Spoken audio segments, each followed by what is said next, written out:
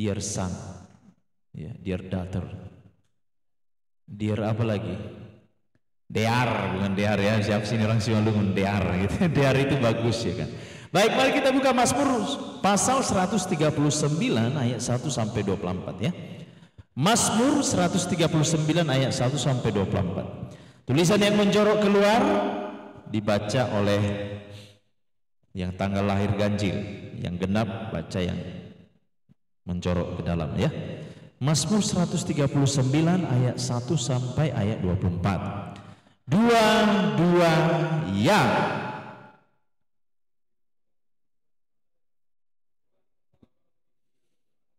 Engkau mengetahui kalau aku duduk atau berdiri, engkau mengerti pikiranku dari jauh.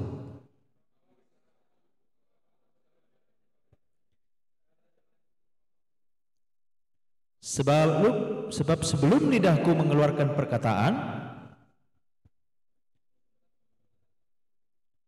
dari belakang dan dari depan engkau mengurung aku, dan engkau menaruh tanganku ke atasku.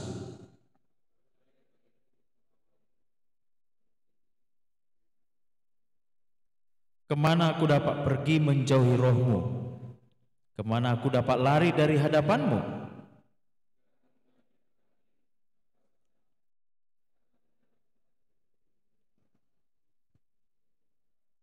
Jika aku terbang dengan sayap fajar dan membuat kediaman di ujung laut,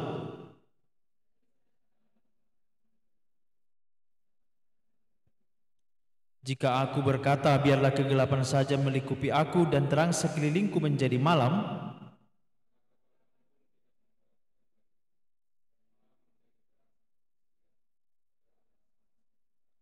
sebab engkaulah yang membentuk buah pinggangku, menenun aku dalam kandungan ibuku.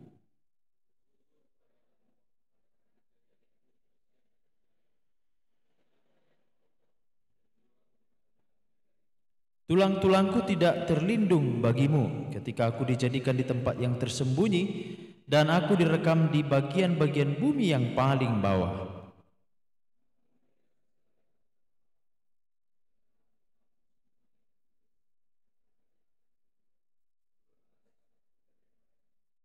Dan bagiku betapa sulitnya pikiranmu ya Allah, betapa besar jumlahnya.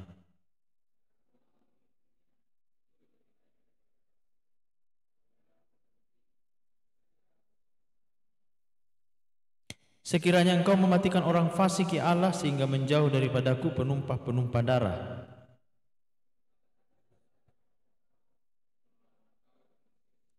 Masakan aku tidak membenci orang yang membenci engkau ya Tuhan, dan tidak merasa cemu kepada orang-orang yang bangkit melawan engkau.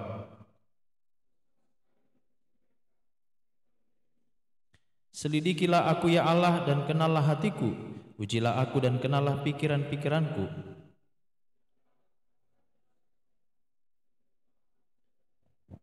Oke, saudara-saudara yang terkasih di dalam Tuhan, kalau berbicara tentang Tuhan, saudara-saudara, kita akan diperhadapkan dengan sebuah pertanyaan. Mengapa engkau perlu Tuhan?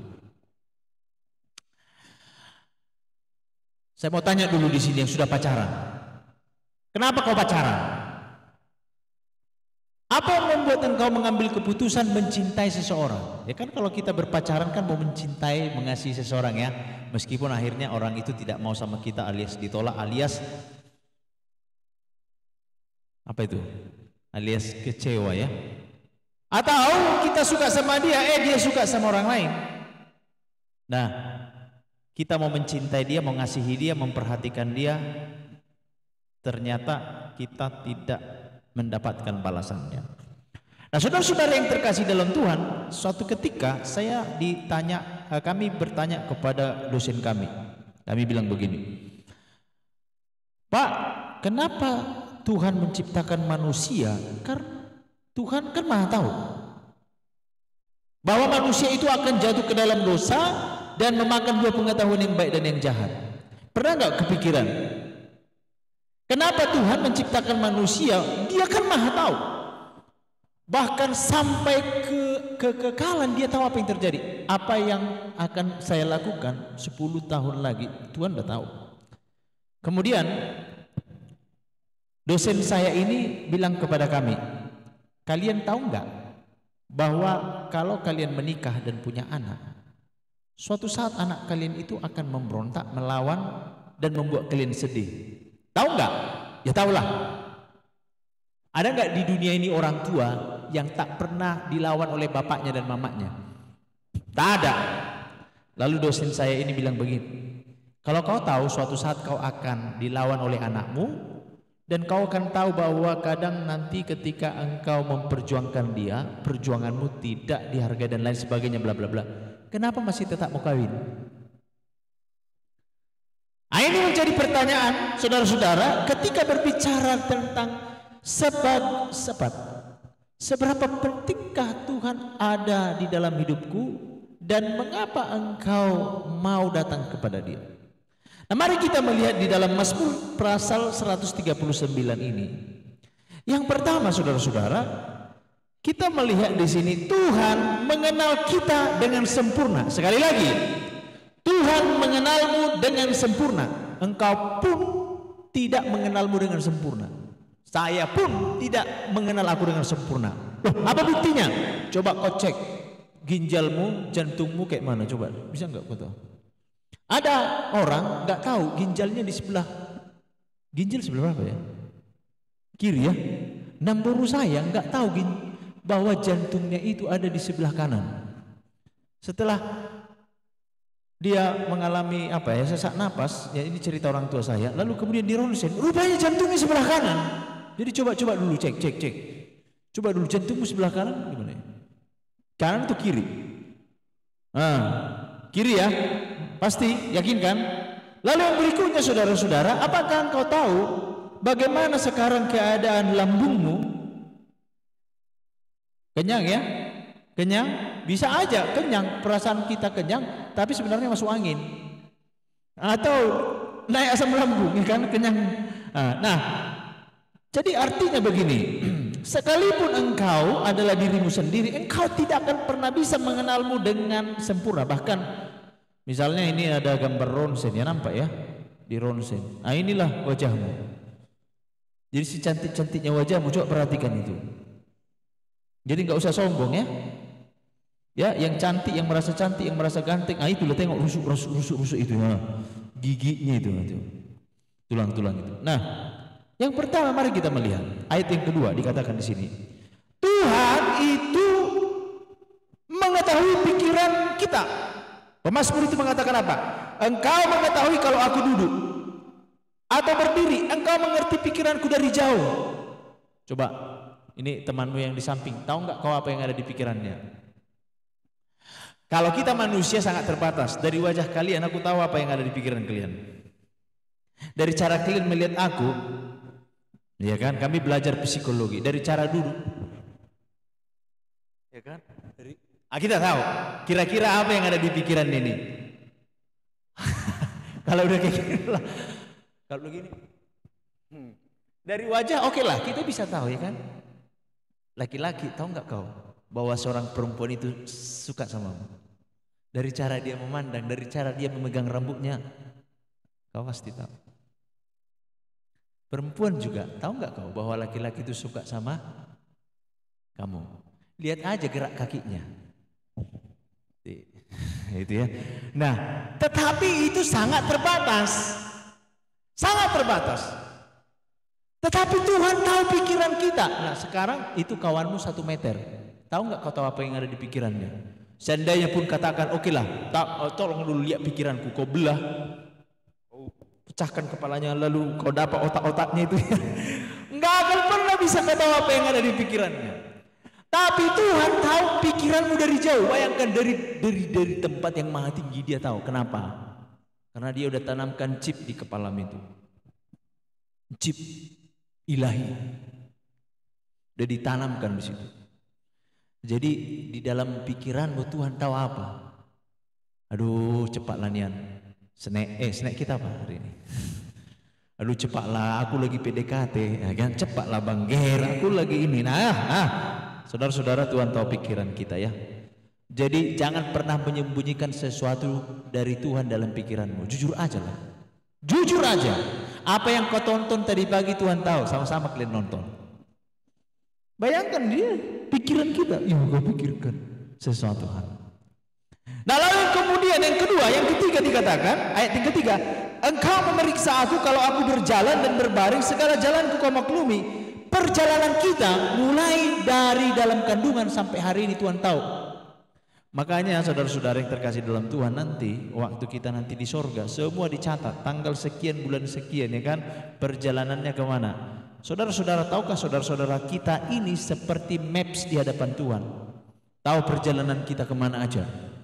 Dan luar biasa itu, memorinya Tuhan itu kecil sekali, tapi bisa menyimpan semua perjalanan kita. Ketika apa? Ketika tidur, berjalan, berbaling, segala jalanku kau maklumi. Lalu yang berikutnya saudara-saudara, ayat yang keempat. Sebab sebelum lidahku mengeluarkan perkataan, sesungguhnya semuanya telah kau ketahui ya Tuhan. Ini sebelum aku ngomong, udah tahu Tuhan apa yang mau aku bilang. Luar biasa ya. Artinya apa? Apa yang hendak kubicarakan itu kan sudah kurencanakan. Tapi Tuhan tahu apa yang akan kubicarakan. Saudara-saudara, Anda punya rencana? Udah tahu Tuhan apa rencanamu. Makanya terkadang ketika kita sedang melakukan sebuah perjalanan, kadang mau dihalangi Tuhan di tengah jalan, digagalkan Tuhan di tengah jalan. Supaya apa? Supaya nggak terjadi yang lebih parah. Saya banyak kali rencana aku yang jahat, nggak usah aku kasih tahu. Waktu aku masih mahasiswa, banyak rencana aku yang jahat. Tapi dengan caranya Tuhan, itu Tuhan gagalkan banyak sekali. Nah sampai akhirnya saya mengerti, ternyata saya ini udah dipilih Tuhan. Mulai dari anak-anak banyak kali rencanaku yang jahat, yang bisa saja saya misalnya jatuh dan lain sebagainya. Nah Tuhan tahu rencana kita. Saudara-saudara, ada rencanamu sesuatu malam ini? Tuhan tahu itu semuanya. Lalu kemudian ayat 5-6 dikatakan sini, dari belakang, dari depan engkau mengurung aku dan engkau menaruh tanganmu ke atasku. Coba saudara-saudara, apa maksudnya ini? Kita ini berada dalam pantauannya Tuhan, diikuti dari atas, dari samping, dari muka, dari belakang. Coba kira-kira saudara-saudara mau kemana lagi kita lari ini? Kalau ada misalnya ini si adik kita ini, dia dikawal oleh 4 orang, kemana-mana pergi, kira-kira gimana? Ada nggak rahasia yang terselubung? Mau ke kamar mandi, contoh ya, adik ini ke kamar mandi, kalian juga ikut, ya kan? Buat hari besar dia, kalian tengokin, dia kan, ya. Cara dia, ya kan, ekspresi wajahnya, kalian tengokin. Pokoknya kemana dia pergi, diikuti terus. Mau makan pun kalian lihatin, dia gini kan. Mau tidur pun kalian ikutin. Saya mau tanya, kira-kira menurutmu ada nggak rahasia yang tidak mereka ketahui? Ada? Ada nggak yang kau kerjakan? Kalau mereka berdua, katakanlah berdua, nggak usah berempat, mengikutimu kemanapun kau pergi. Naik sepeda motor bonceng 2 di belakang semuanya kan, ya kan? Pokoknya mau kemana, pacaran pun kau di situ pacarmu, mereka dilihatin gitu. Kira-kira enggak yang rahasia? Itu sebabnya saudara-saudara kita ini berada dalam pantauannya Tuhan. Mau kemana kita pergi? Makanya saudara-saudara, enggak ada satupun di dalam diri kita yang bisa menyembunyikan kejahatan. Enggak ada. Ada pernah suatu kisah, dia seorang pembunuh dan dia buronan sangat lama sekali. Nah kemudian apa yang terjadi? Menjelang dia tua, karena sebelumnya dia membunuh, dia palsukan semua identitasnya, dia ganti nama dan lain sebagainya. Tapi apa yang terjadi? Ketika dia sudah tua, dia akhirnya menyerahkan diri dan mengaku, sayalah pembunuh si itu. Lalu ditanya, loh kamu kan sudah bebas ini, kamu kan sudah tidak apa lagi, dicari lagi karena kau udah berubah identitas. Dia bilang apa? Sederhana aja jawabannya. Aku tidak mau nanti ketika aku meninggal, nama yang tertulis di atas batu nisanku itu nama orang lain. Akhirnya dia menyerahkan diri. Tapi saudara-saudara, sebenarnya Alkitab mencatat bahwa orang yang melakukan kejahatan tidak akan pernah tenang hidupnya. Maka kita ini semua berada dalam pantauan. Ya, ada kadang orang tua ya memantau anaknya, ya kamilah. Saya bisa pantau anak saya di rumah. Tapi ketika keluar rumah siapa yang tahu? Dan kita berpikir bebas, ya kan? Biasanya anak muda senang acara bebas, ya kan? Bebas gitu. Karena apa? Sudah udah pergi opung-opung atau orang tua, apalagi acara Natal ya kan, acara hiburan lagi, minggir-minggir dulu, senang kali itu acara hiburan. Nah, saudara-saudara, kita berada dalam pantauan. Lalu kemudian ayat 7 sampai 12 dikatakan di sini, kemana aku dapat pergi menjauhi rohmu? Yang mengikuti kita adalah rohnya Tuhan. Kalau berbicara tentang kemana aku dapat menjauhi rohmu, bisa enggak kau lihat? Bisa enggak? Roh itu dalam bahasa Ibrani itu bisa dalam kutip ke angin. Angin itu ruah.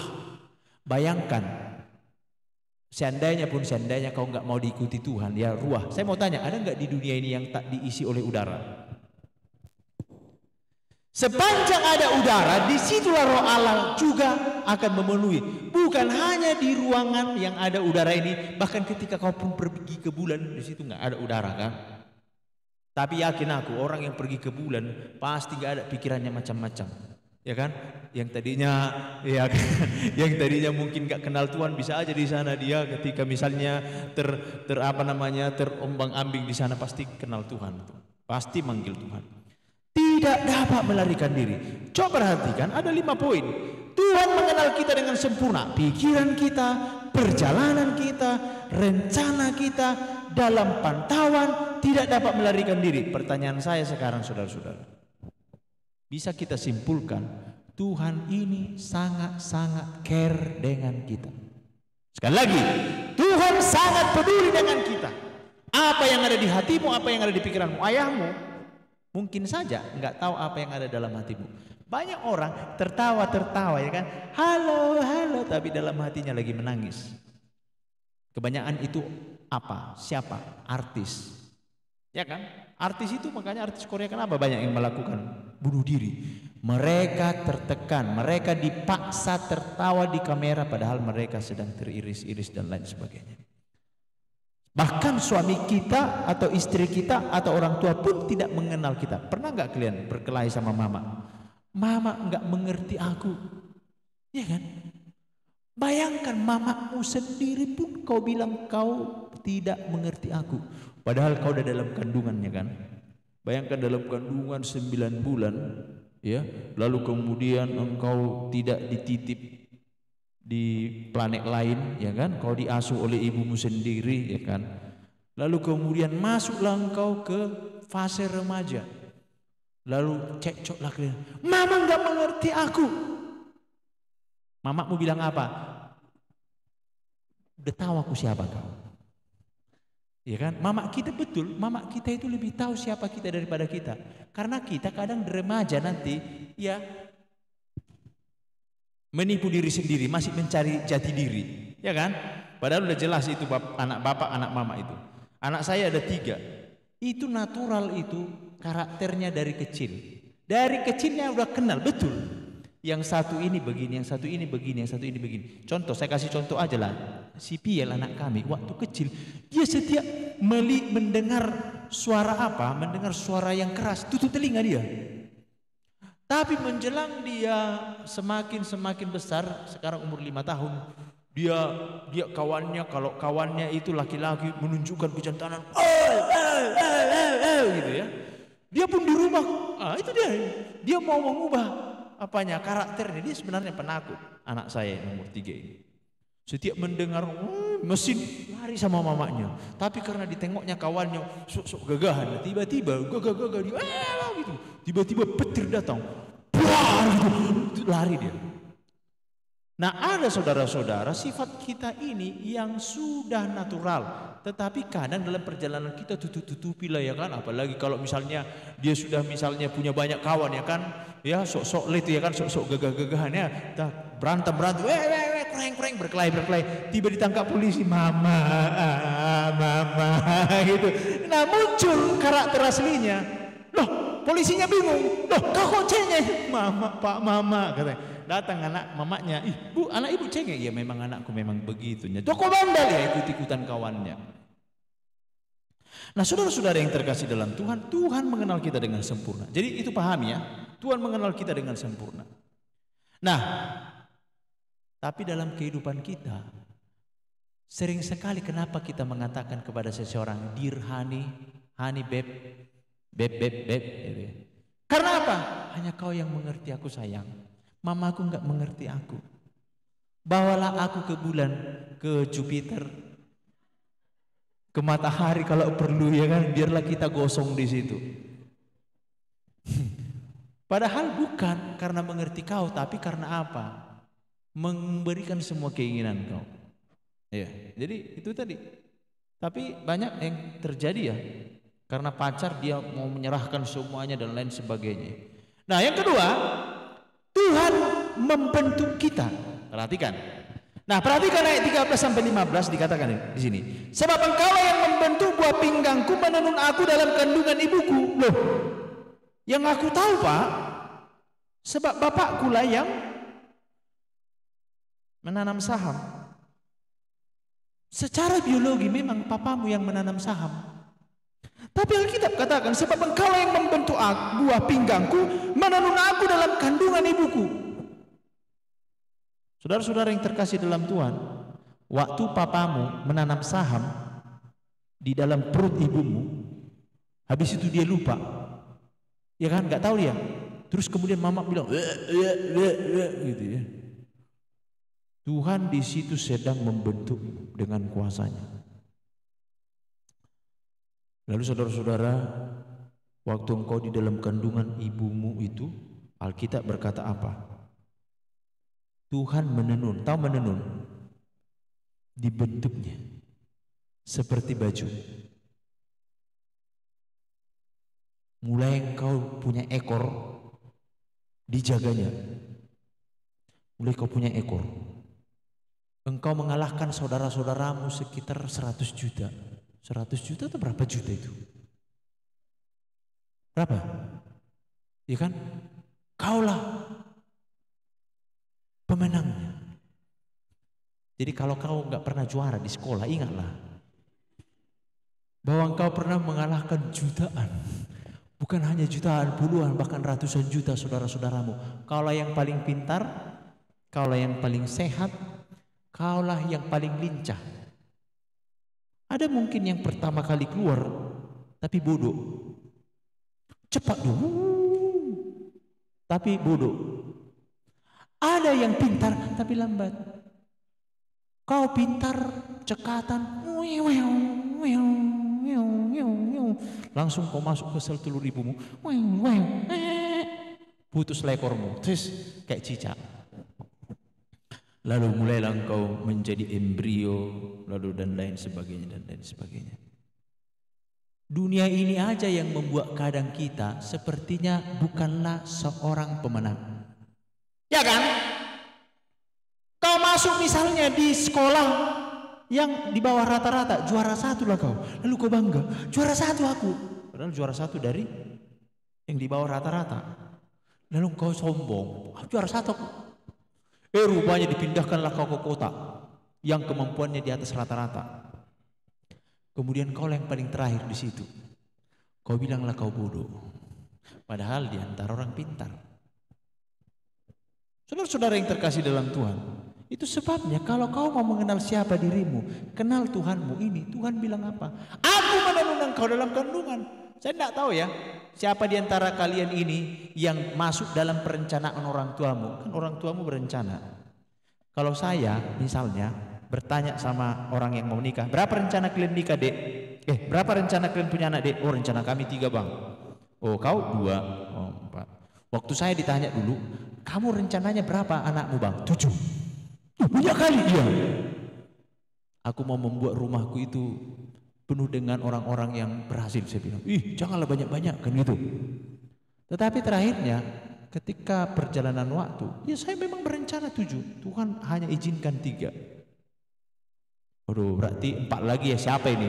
Oh, anak-anak rohani lah ya, anak-anak rohani saya lah nanti suatu saat ini. Tapi saudara-saudara, ada orang tua rencananya 3. Rupanya keluar 1 lagi. Maka pernah ada lelucon, orang yang apa namanya, yang anak bungsu katanya nggak direncanakan, ya kan? Siapa di sini anak bungsu, ya kan? Terkadang katanya yang bungsu ini bukan nggak masuk dalam perencanaan, ya kan? Nah, makanya kadang si bungsu ini merasa seolah-olah dia itu sisa-sisa. Makanya terkadang saudara-saudara, si bungsu biasanya pakai baju abangnya. Masih bagusnya baju abangmu ini lalu pakai. Masa sisa-sisa? Iya betul. Ada yang bungsu di sini, sering dibilang si bontot. Iya, masih bagusnya baju abangmu. Apalagi misalnya TK ya kan? Anak saya mau masuk TK ini, gitu. Memang bagus, masih bagus-bagus baju abangnya karena anak saya enggak masuk TKA, TKB, langsung TKB. Ya kan? Jadi masih bagus bajunya itu. Jadi istri saya bilang begini, inilah ya nak, bajumu ya, enggak usah beli ya, masih bagusnya baju abangmu. Kenapa kau bilang? Itu nanti tertanam bahaya itu saya bilang. Nah, ada memang yang tak masuk dalam perencanaan. Tapi saudara-saudara, ada yang hamil di luar nikah. Hamil di luar dia menikah. Oh enggak ya? Hamil di luar nikah ya kan? Saya kadang bingung bahasa ini, hamil di luar nikah. Lalu bagaimana ini? Sering disebut anak haram. Apalagi lah yang diperkosa. Hamil lagi. Mamanya pun enggak suka, bapaknya pun enggak suka. Lalu pertanyaannya, bagaimana ini di hadapan Tuhan? Perhatikan di sini. Sebab engkaulah yang menenun aku dalam kandungan ibuku. Dalam hidup kita ini ada yang bisa kita pilih, ada yang tak bisa kita pilih. Apa yang tak bisa kita pilih? Pernah nggak kau pilih kau jadi perempuan? Itu, aku mau jadi perempuan lah. Ya itu semua perkakasnya. Cop. Terjun kau lahir sebagai perempuan. Ada? Yang laki-laki, pernah nggak kau sebelum di dunia ini memilih? Aku mau jadi laki-laki. Rupanya ada di dunia ini. Dia lahir laki-laki, nggak mau dia jadi transformer lah. Atau perempuan, nggak mau dia jadi perempuan, jadi transformer, laki-laki. Gitu ya kan? Ada memang yang tak bisa kita pilih. Lahir jenis kelamin apa? Lahir dalam keluarga apa? Lahir dalam keluarga marga apa? Saya nggak pernah memilih lahir menjadi orang Indonesia. Kalau boleh disuruh milih, saya mau lahir sebagai orang Italia, ganteng. Tapi saya lahir disuruh Tuhan lahir di Indonesia ini. Aduh, Indonesia. Terus marga, saya nggak pernah milih marga si Payung. Payung gitu ya. Ada nggak? Nggak ada. Saya nggak pernah memilih bapakku nanti maunya guru, mamaku guru, nggak ada. Waktu aku lahir, itu aja. Apa kerja bapakmu? Apa kerjamu Pak? Guru. Oh guru. Iya. Coba kalau seandainya aku lahir dulu, diizinkan Tuhan keluarga petani. Jadi jangan ada di antara kita bilang begini, kenapa lah aku lahir dalam keluarga petani? Itu nggak bisa kau pilih. Itu masuk dalam rencana Tuhan. Ada maksud Tuhan kau lahir dalam keluarga petani. Ada maksud Tuhan aku lahir dalam keluarga guru. Semuanya itu pasti berhubungan dengan rencananya Tuhan. Jadi jangan pernah menyesali siapa bapakmu, siapa mamamu. Nyesal aku punya bapak seperti kau. Nyesal aku punya mama seperti kau. Bapaknya pun bilang, aku pun gak pernah berencana punya anak seperti kau. Jadi kayak mana nih Pak? Yaudahlah, kau ke kiri aku ke kanan. Berantem. Tapi kalau misalnya seorang anak ataupun orang tua melihat ini rencana Tuhan, berani gak kau salahkan Tuhan? Tuhan, kenapa kau lahirkan aku ini punya bapak? Bapakku ini gak ganteng. Coba kalau kayak bapaknya siapa itu, pasti aku ganteng. Pernah? Saudara-saudara, maka waktu berbicara Tuhan, kita harus tahu bahwa Tuhan membentuk kita, termasuk tinggimu, termasuk warna kulitmu. Jangan pernah kau sesali. Tuhan yang kasih warnamu seperti itu. Enggak usah kau iri dengan yang berambut lurus, yang kulit putih, yang sawo matang, sawo setengah matang, sawo gosong. Nah ini kadang ya kan, nggak ada sebenarnya kulit warna hitam ya. Kalau hitam begini, ini hitam, ya kan? Cuman ada sawo matang, sawo kematangan, sawo gosong. Nah itu gosong dia kan, agak coklat lah, agak hitam gitu. Nah, jadi perhatikan di sini ayat 13 sampai 15. Aku bersyukur kepadamu oleh karena kejadianku dahsyat dan ajaib. Ajaib apa yang kau buat dan jiwaku benar-benar menyadarinya. Bukan hanya pikiran kita yang Tuhan tahu, fisik kita pun Tuhan yang buat.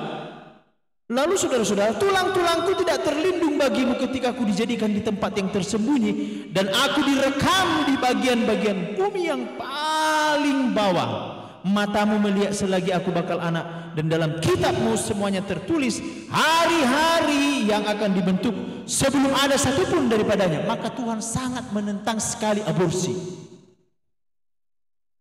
Apapun alasannya. Bayangkan ada seorang bayi diamat-amati Tuhan, tiba-tiba dimatikan, dibunuh. Dunia ini bisa mengatakan, oh bisa aborsi, dia belum siap. Bagaimana dengan misalnya yang diperkosa? Kenapa? Pertanyaannya, kenapa sampai diperkosa? Saudara-saudara, hari ini viral ya, yang di Cirebon itu ya kan, dibunuh, diperkosa dan lain sebagainya. Coba perhatikan nanti di dalam kitab Perjanjian Lama, itu anak borunya si Yakub, si Dina, dicatat begitu detail sekali oleh Alkitab. Si Dina ini punya abang berapa? Punya abang 12. Jadi si Dina ini satu. Jalan-jalan dia, melihat-lihat. Tiba-tiba siapa itu? Anak raja apa itu? Dilihat, diculik, diperkosa. Setelah diperkosa, tumbuh rasa cinta. Orang keluyuran. Maka perempuan hati-hati ya, yang diperkosa. Tapi ada juga yang enggak diperkosa karena enggak keluyuran. Ya dikasih, misalnya obat penenang, tenanglah dia, ya kan? Mau diapain pun. Nah ini. Nah kalau kita melihat di sini, kita dihadirkan oleh Tuhan dan untuk sebuah rencana ya. Perhatikan, matamu melihat selagi aku bakal anak dan dalam kitabmu semuanya tertulis hari-hari yang akan dibentuk sebelum ada satupun daripadanya. Sudah ada perjalanan yang akan kau lalui. Makanya berbahagialah engkau kalau kau masuk dalam rencana Tuhan. Yang menjadi persoalan dalam hidup ini bukan karena engkau miskin, bukan karena engkau kaya. Maka Alkitab katakan apa? Rancanganku bukanlah rancangan kecelakaan, tapi rancanganku setinggi langit dari bumi. Rancanganku adalah rancangan damai sejahtera. Damai sejahtera. Dulu cita-citaku kepingin jadi tentara, jadi aparat, ya kan? Tapi setelah sekarang saya pikir-pikir, dengan kondisi yang sekarang ini bersyukur juga aku gitu. Kenapa? Karena aku lihat diriku. Kenapa? Sejak kecil memang aku takut ketinggian. Pernah aku manjat pohon manggis, naik bisa, turun gemetaran. Coba kebayang nggak kalau aku seandainya ini masuk tentara, disuruh terjun payung, naik pohon manggis saja, aku udah gemetaran. Dilemparkanlah nanti dari pesawat itu, apa yang terjadi? Bukan payungnya yang terjun, si payungnya yang terjun.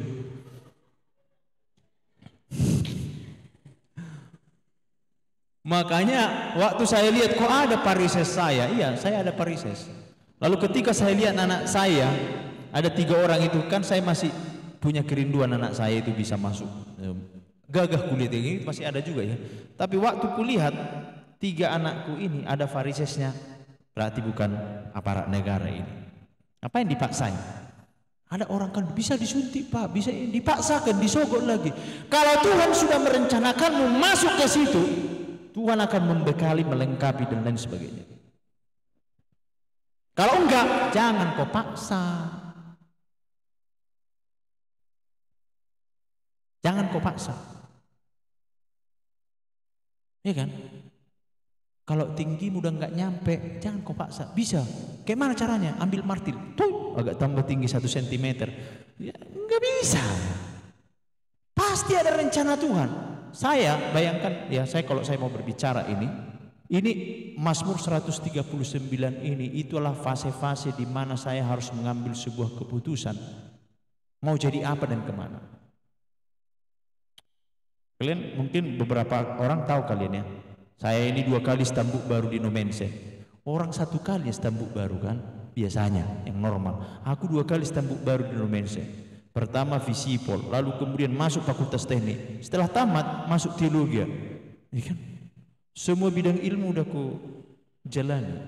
Ilmu pasti, ilmu sosial dan ilmu yang sangat pasti kan gitu. Nah akhirnya saya mengerti, oh rupanya saya memang dipanggil Tuhan mau menjadi dosen. Saya nggak pernah suka jadi dosen karena mamaku guru, benci kali aku. Ya guru, komplek guru. Dulu beras kami beras catu, dimakan 1 piring, nggak tahu aku sempat nggak kalian pernah makan ikan beras catu. Dimakan nanti penuh, 2 jam lagi udah lapar karena beras bulog. Kalau nggak kayak sekarang, kalau beras catu di zaman kami ada kutunya, ya kan ada kutunya. Bayangkan beras berkutu karena saking lamanya disimpan di gudang. Lalu kemudian aduh gajinya pun sedikit, udah berteriak-teriak. Terus kemudian waktu saya diajari mama saya nggak tahu cubit ya, cubit. Jadi kalau misalnya mamaku tanya ada PR-mu, nggak ada, padahal ada. Benci kali aku lihat guru.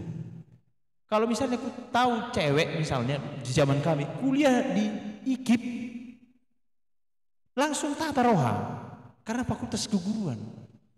Tapi lihatlah bagaimana Tuhan menuntun. Akhirnya saya jadi gurunya guru ya kan, dosen lah. Memang ke situ lah.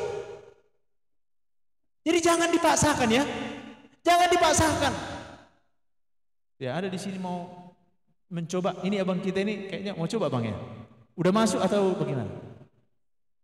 Sedang mencoba ya bang ya. Puji Tuhan. Kalau Tuhan punya rencana kau masuk ke sana, apapun yang menghalangi nggak akan bisa. Yakinlah. Di gereja kami ada seorang aparat negara lah. Dia beberapa kali mencoba dengan pakai uang. Selalu kalah dan dikalahkan. Dia langsung cerita sama saya.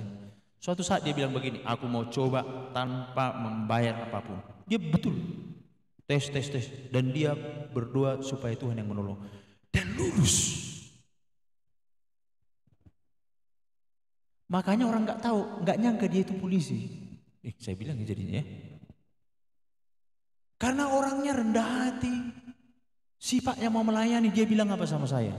Aku bergumul aku lagi katanya. Lebih bagus aku membawa mobil itu katanya daripada ditempatkan di tempat-tempat. Dia pernah ditempatkan bosnya dan dia memakan itu uang yang tak betul. Gak bisa dia tidur katanya. Kenapa? Dia bilang apa? Aku masuk ke sini karena Tuhan. Jadi coba perhatikan. Jadi nggak heran kita kenapa banyak sekali orang-orang yang cinta uang. Karena apa? Yang memasukkan dia menurut dia adalah uang. Tapi kalau sempat karena Tuhan, gimana? Ingat, Tuhan ada firman Tuhan bilang begini. Kalau aku sudah menutup, nggak ada yang bisa membuka. Kalau sudah aku membuka, nggak ada yang bisa menutup. Makanya seringkali kita dengar ya. Anakmu mau lamar ini? Iya. Siapa backingnya? Tuhan. Iya Tuhan kan, tapi perlu juga ini. Langsung wow. Tapi kalau misalnya, siapa backingnya? Bintang 3. Pasti masuk itu. Ya. Nah, saudara-saudara, lalu yang berikutnya, Tuhan membentuk kita untuk sebuah rencana. Pernah kalian lihat pisau? Pisau dibentuk untuk ngapain? Untuk memotong atau mau makan? Sendok makan. Pernah kalian tengok ada orang makan pakai sendok? Sendoknya pisau? Bisa? Bisa enggak? Bisa, tapi enggak efektif. Silat-silat dia tambah daging. Garpu dipakai untuk apa? Mencucu makanan. Jangan kau pakai untuk menggarut. Walaupun ada yang garut-garut titing-titing itu kan. Bisa disobeknya, krek katanya gitu, mencucu. Kita ini dipanggil Tuhan untuk sebuah rencana. Lalu kemudian, sebabnya, bagaimanakah aku harus hidup? Bagaimanakah hubunganku dengan Tuhan seharusnya? Perhatikan di sini. Tidak berteman dengan orang fasik. Ayat 19-22 ya. Sekiranya engkau mematikan orang fasik, ya Allah, sehingga menjauh daripadaku penumpa-penumpa darah. Dia tidak berteman dengan orang fasik dalam arti begini ya. Tidak mau mengikuti jalan hidupnya, cara hidupnya dan lain sebagainya. Kita enggak disuruh seperti orang yang anti dengan dunia ini ya, tinggali orang, gitu, enggak. Tapi jangan bersahabat dengan mereka, mengikuti cara mereka, alur mereka, hidup mereka. Karena apa? Orang fasik itu membenci Tuhan. Semalam istri saya bilang begini sama saya, lucu kali lah si Selin katanya. Jadi di tempat kami itu ada persekutuan Jumat Ceria. Diajak si Selin, ada anak-anak. Memang saya bergumul juga mengajak anak-anak itu untuk ikut PA. Lalu anak-anak buruh saya itu bilang begini, ayo PA ini katanya kan. Datang anak-anak ini bilang, zaman gini ikut PA. Anak saya marah, memang gak ada pikiranmu. Karena ya apa? Karena sudah saya ajarkan, nak, ya ingat Nuh ya, ingat Nuh ya. Selalu saya ingatkan itu. Ingat Nuh, mengikut Tuhan ini ingat Nuh. Dunia ini akan semakin banyak dengan orang-orang fasik, tapi ingat Nuh, Tuhan tahu siapa milik kepunyaannya. Jangan takut meskipun kau nggak punya kawan. Kalau kawan itu orang yang tak suka dengan Tuhan, berbicara tentang Tuhan, ya udah nggak usah. Ingat Nuh. Saudara-saudara, karena apa? Orang fasik membenci Tuhan. Orang fasik melawan Tuhan. Ya. Jadi ketika kita sudah tahu siapa kita, kenapa kita ada di dunia ini? Yang pertama, tidak berteman dengan orang fasik. Yang kedua, yang terakhir, meminta Tuhan menyelidiki hati. Ayat 23-24 dikatakan apa? Selidikilah aku ya Allah dan kenallah hatiku. Ujilah aku dan kenallah pikiran-pikiranku. Lihatlah apakah jalanku serong dan tuntunlah aku di jalan yang kekal. Saudara-saudara, ada satu peristiwa 2 hari yang lalu, itu yang membuat saya stres. Ada satu pikiran saya, pertanyaan di dalam hati dan pikiran saya. Dan cara Tuhan mengajari saya apa? Dengan cara waktu saya bersandar, saya digigit anjing. Lalu waktu itu saya bertelepon dengan seorang hamba Tuhan. Nah, pikiran saya begini, ada seorang yang di internet itu anti dengan yang namanya kesehatan. Dia seorang pejabat, dia seorang yang khotbah melayani, dan dia kasih tahu begini. Lalu saya pun berpikir, iya ya begitu ya. Dia seorang yang punya jabatan yang besar, yang tinggi, pintar, anak Tuhan. Lalu ada pikiran-pikiran yang tak membuat saya tenang. Dia sepertinya anti dengan yang namanya berobat. Dia percaya aja sama Tuhan katanya. Karena apa? Percaya aja sama Tuhan. Kalau kau memang mau mati, mati. Kalau kau memang hidup, hidup. Memang betul juga ya kan? Waktu saya bertelepon begini tiba-tiba ada, ya kan saya bersandar. Kan? Saya bersandar, tiba-tiba anjing dari bawah pagar itu. Waktu itu saya bertelepon dengan seorang hamba Tuhan, tiba-tiba ngamuk. Entah kenapa lah, mungkin karena bersandar ya kan. Digigitnya kakiku. Lalu waktu itu berkecamuk pikiranku. Nggak apa-apanya Amang. Ini enggak anjing gila, ini adanya ininya apa namanya? Adanya suratnya ini, nanti diantarkan katanya. Nah, tapi aku ragu juga, betul enggak itu ya pikirku kan. Ini bukan anjing rabies, anakku pun udah digigit, boruku pun menantuku pun udah digigit. Dalam hatiku ini manusia normal apa enggak ini? Udah menantunya digigit, anaknya digigit kan gitu. Lalu kemudian disabunilah, tapi saya agak jangan-jangan nanti rabiesan pikiranku pula kan. Lalu kemudian akhirnya saya pulang ke rumah, lalu ada bilang, udahlah suntik ATS aja, singkat cerita, anti rabies kata. Saya yang tahu nggak sembarangan kan. Nah lalu akhirnya saya pergi ke puskesmas, lalu di situ jangan langsung disuntik Pak, katanya yang disuntik itu memang anjingnya rabies. Rupanya waktu saya di situ ditelepon, rupanya yang punya anjing itu kerjanya di Dinkes. Disuntiknya itu aman nih itu katanya, tapi akhirnya dijelaskan oleh apa namanya? Dijelaskan oleh dokter inilah. Enggak, yang berbahaya itu memang anjing rabies. Kalau saya rasa anjing ini enggak, yang dia kalau setelah digigit mati gitu. Lucu juga ya. Nah, itulah luar biasanya Tuhan itu. Anjing rabies setelah menggigit mati kan gitu. Nah, di situ banyak hal. Akhirnya Tuhan ajari saya. Kalau seandainya lah ada orang yang digigit anjing rabies, dia enggak percaya dengan kesehatan. Kayak mana itu? Mati atau hidup itu? Di situ saya diajari Tuhan. Lalu akhirnya saya bisa menjawab, meskipun dia ini seorang tokoh, pejabat dan lain sebagainya yang mengatakan anti kesehatan, kayak mana kalau anti rabies? Kenapa harus digigit? Karena begini loh, waktu saya digigit, kenapa Mbak Tuhan digigit anjing Tuhan? Malu kali kan gitu ya kan. Kalau digigit vampir masih enak ya kan, ada pertempuran dalam nama Yesus. Ini gigit anjing. Nah, dan itu sudah lama membuat banyak pertanyaan juga, dan beberapa hamba Tuhan bahkan para ini banyak yang menyetujui hal itu, tapi melalui peristiwa itu, oh iya, enggak semua masalah kesehatan itu dipakai oleh si jahat. Oh iya juga ya. Nah akhirnya tenanglah. Lihat bagaimana cara Tuhan menyelidiki hatiku dengan digigit anjing. Jadi mana tahu dan digigit anjing, ya kan? Coba pasti ada maksud Tuhan. Mungkin supaya kau nggak berkeliaran, lari-lari tak kemana. Mungkin naik sepeda motor kau tabrakan. Karena apa? Mungkin ada rencanamu yang tak beres. Nah makanya Tuhan minta. Tuhan menyatakan siapa kita. Apakah Tuhan tidak mengenal kita? Tuhan tahu siapa kita. Kitanya yang kadang nggak kenal kita. Nah itu sebabnya tuntunlah aku di jalan yang kekal. Di jalan yang kekal. Jangan di jalan yang tak kekal. Apa artinya? Di jalan yang tak sia-sia. Saudara-saudara, banyak orang yang berjalan tidak menuju kepada kekekalan yang hidup, tapi kekekalan yang mati. Menuju ke situ. Nah kalau kita sudah mengenal Tuhan melalui apa yang sudah saya sampaikan, bisakah kita mengatakan, Dear God? Yuk bikin dulu satu lagu. Ada satu lagu ini. Coba lagu ini bukan untuk pacar ya.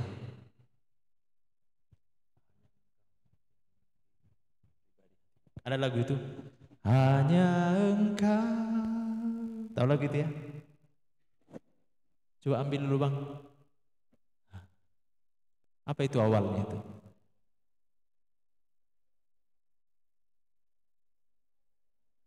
Oke, kita ambil refnya saja. Hanya engkau. Apapun yang sekarang menjadi persoalan dalam hidupmu, ya. Mungkin engkau mengalami kegagalan, kekecewaan kepada dirimu sendiri, kepada orang tuamu, kepada Tuhan.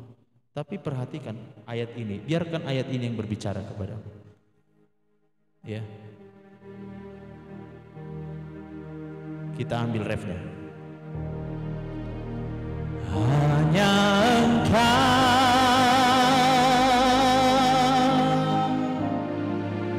pribadi yang mengenal hatiku,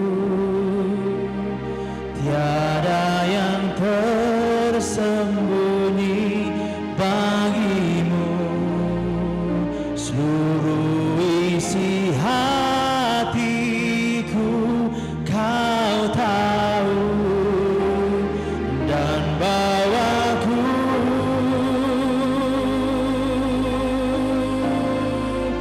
untuk lebih dekat lagi padamu,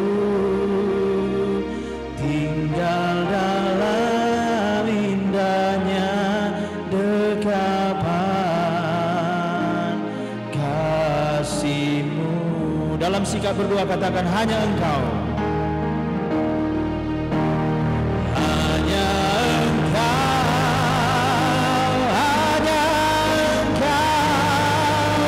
pribadi yang mengenal hatiku, tiada yang tersembunyi bagimu, seluruh isi hatiku kau tahu, dan bawaku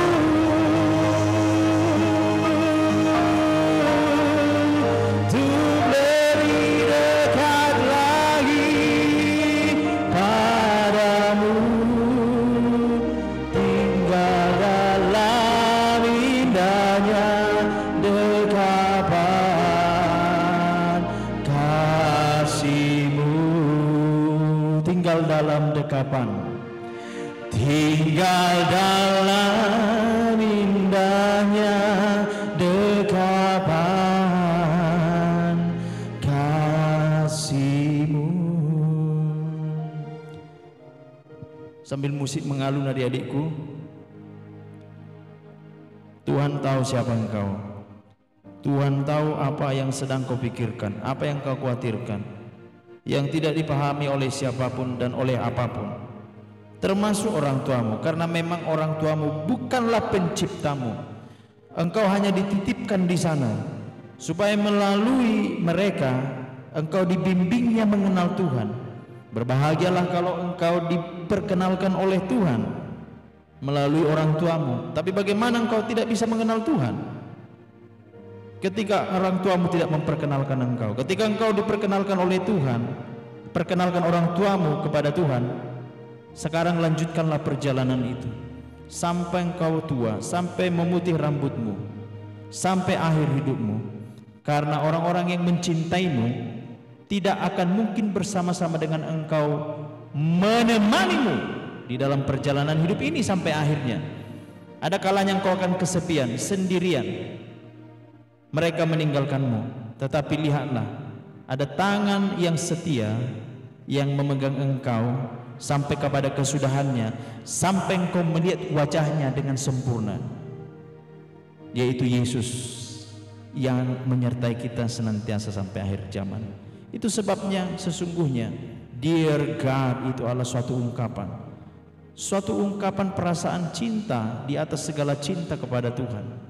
Bukan kepada orang tuamu, apalagi kepada pacarmu, tetapi kepada Dia yang sudah mati di kayu salib, supaya engkau mengalami kemuliaan, mengalami pemulihan di dunia ini dan disempurnakan di dalam kedatangannya yang kedua kali. Tidak lama lagi saudara-saudara, engkau akan melihat tempat yang sempurna itu, pribadi yang sempurna itu. Dunia ini dengan segala kesenangannya, dengan segala kusakaannya, sedang menuju kebinasaan, seperti kapal Titanic yang hampir tenggelam. Jangan berharap dengan dunia ini. Berjalanlah bersama Tuhan, Dia yang mengasihimu dalam segala hal. Terpuji Engkau Bapa. Kami bersyukur buat hari ini. Kami dikuatkan, diingatkan, dan ditolong siapa Tuhan kami dan kami siapa. Kami akan melanjutkan perjalanan ini dengan pribadi yang mengasihi kami dengan tulus, sempurna, dan apa adanya. Dalam Kristus Yesus kami berdoa dan ucap syukur. Amin.